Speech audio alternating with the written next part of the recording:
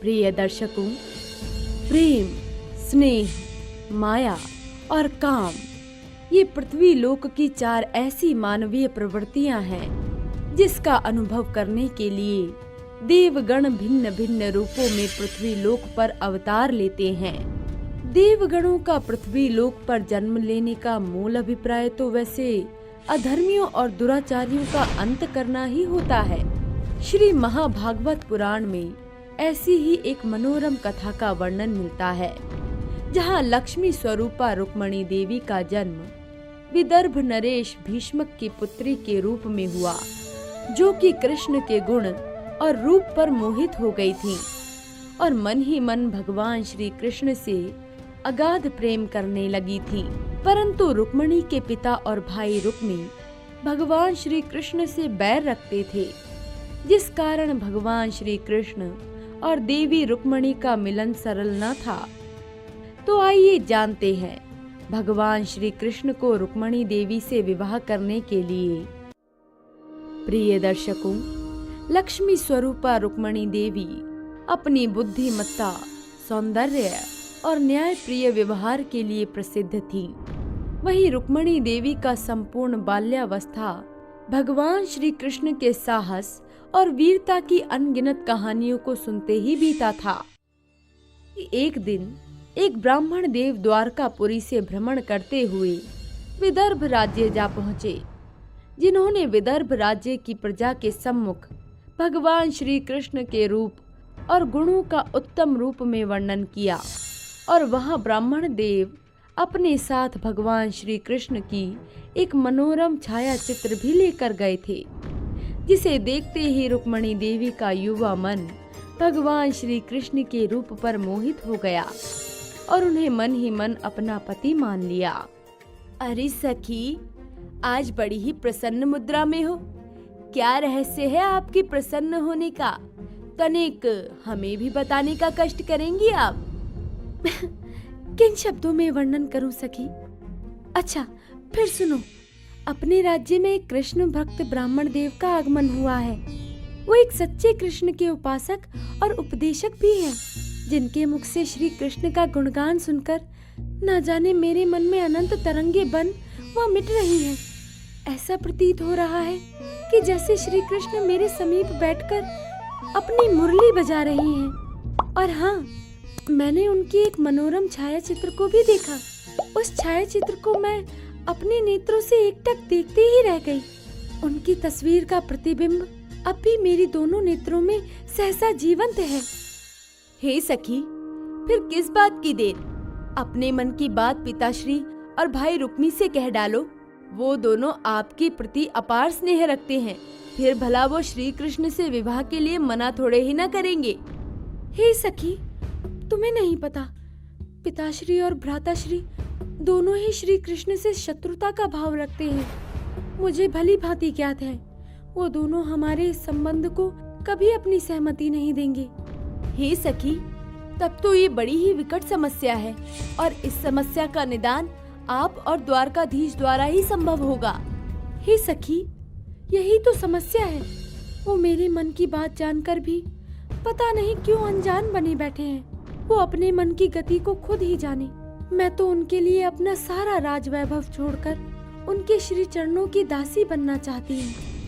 प्रिय दर्शकों, पुष्प की महक और प्रेम दोनों ऐसे हैं जिन्हें चाहकर भी छुपाया नहीं जा सकता। ऐसा ही कुछ देवी रुक्मणी के साथ भी होता है। श्री कृष्ण के प्रति देवी रुक्मणी की श्रद्धा और एकांकी प्रेम के विषय में जब विदर्भ नरेश भीष्मक और उनके भाई रुक्मी को ज्ञात हुआ, तो वो अत्यंत ही चिंतित हो जाती हैं। पुत्र रुक्मी, अपनी रुक्मणी अब विवाह के योग्य हो गई है। कोई उचित वर देखकर उसका विवाह कर देना चाहिए। पिताश्री, मेरा भी ऐसा ही विचार है। रुक्मणी का कृष्ण के प्रति बढ़ता हुआ प्रेम हमारे लिए शुभ संकेत नहीं है। सत्य वचन कहा पुत्र। कृष्ण से तो हमारा वैसे ही वैर है। हमारी निष्ठा तो मगध नरेश जरासंध के प्रति है। पिताश्री, राजनीतिक सामंजस्य का तालमेल मगध नरेश जरासंध और चेदी नरेश शिशुपाल के प्रति रहा है और चेदी नरेश शिशुपाल तो मेरे परम सखा भी हैं।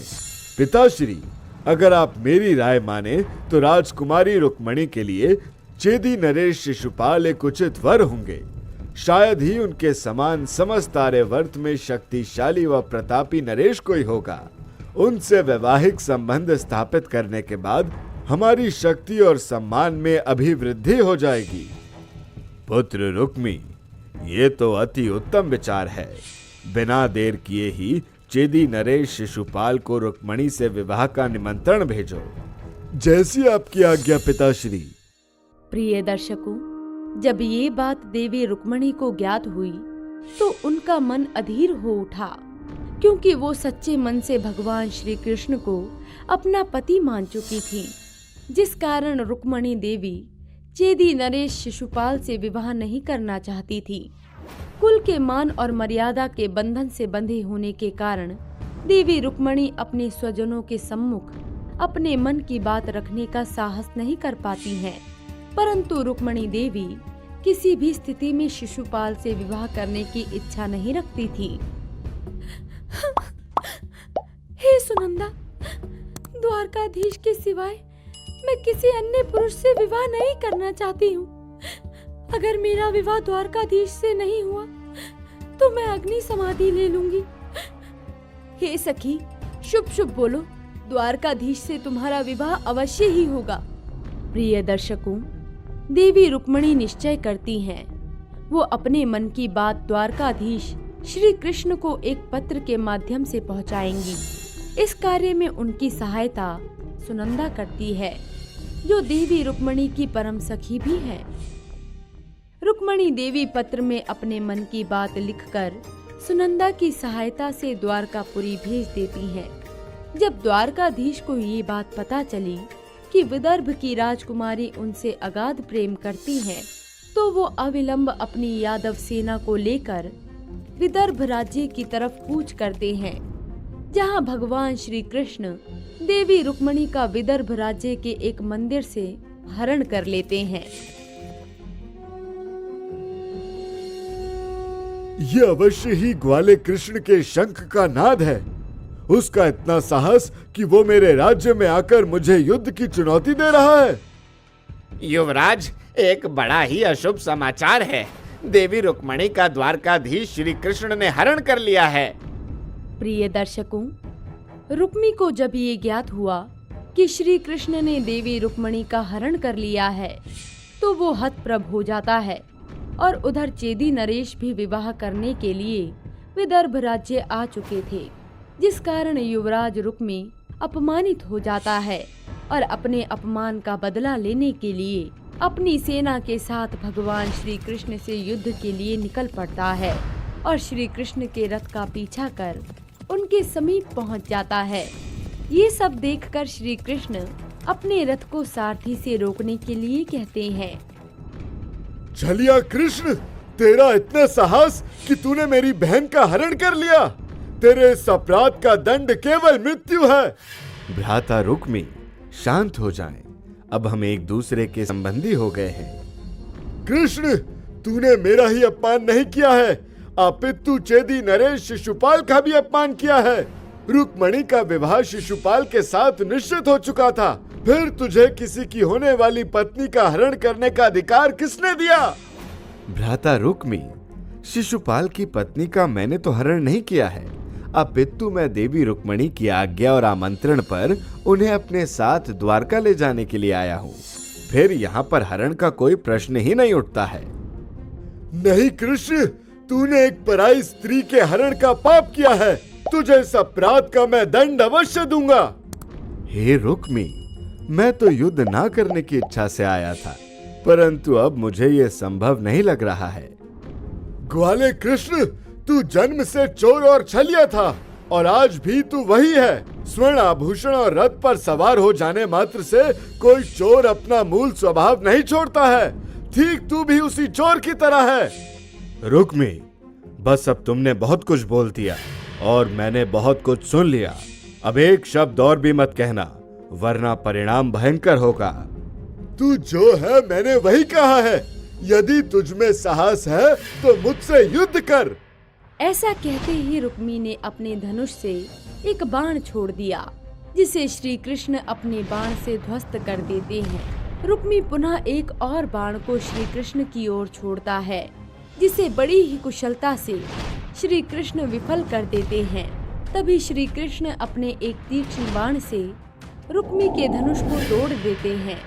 इसके उपरांत श्री कृष्ण और रुक्मी के मध्य एक महाभयंकर गदा युद्ध होने लगा। रुक्मी श्री कृष्ण के सम्मुख गदा युद्ध में ज्यादा समय तक टिक नहीं पाता है और श्री कृष्ण के एक भयंकर गदा प्रहार से रुक्मी का गदा दूर जाकर गिरता है और रुक्मी भी घायल होकर जमीन पर गिर पड़ता है। तभी श्री कृष्ण अपने प्रिय अस्त्र सुदर्शन चक्र का आवाहन करते हैं। उधर देवी रुक्मणी अपने प्रिय भाई के प्राण संकट में देखकर विचलित हो जाती हैं। हे नाथ, मेरे प्रिय भाई के अपराध को क्षमा करें। कृपा करके मेरे भाई को प्राण दान दे। हे प्राण प्रिय, मैं तो युद्ध करना ही नहीं चाहता था, परंतु आपके भ्राता श्री युद्ध के लिए व्याकुल हुए जा रहे थे। हे देवी, मैं आपके कहने पर युवराज रुक्मी को क्षमा कर देता हूँ। प्रिय दर्शकों, युवराज रुक्मी भगवान श्री कृष्ण के हाथों पराजित होकर विदर्भ राज्य चला जाता है। इसके उपरांत श्री कृष्ण देवी रुक्मणी के साथ द्वारकापुरी आ जाते हैं, जहां दोनों का विधि विधान से विवाह संपन्न होता है। मित्रों, अगर कोई किसी भी चीज या वस्तु को पाने की इच्छा सच्चे मन से करते हैं, तो भगवान स्वयं चलकर किसी न किसी रूप में आपकी सहायता करते हैं।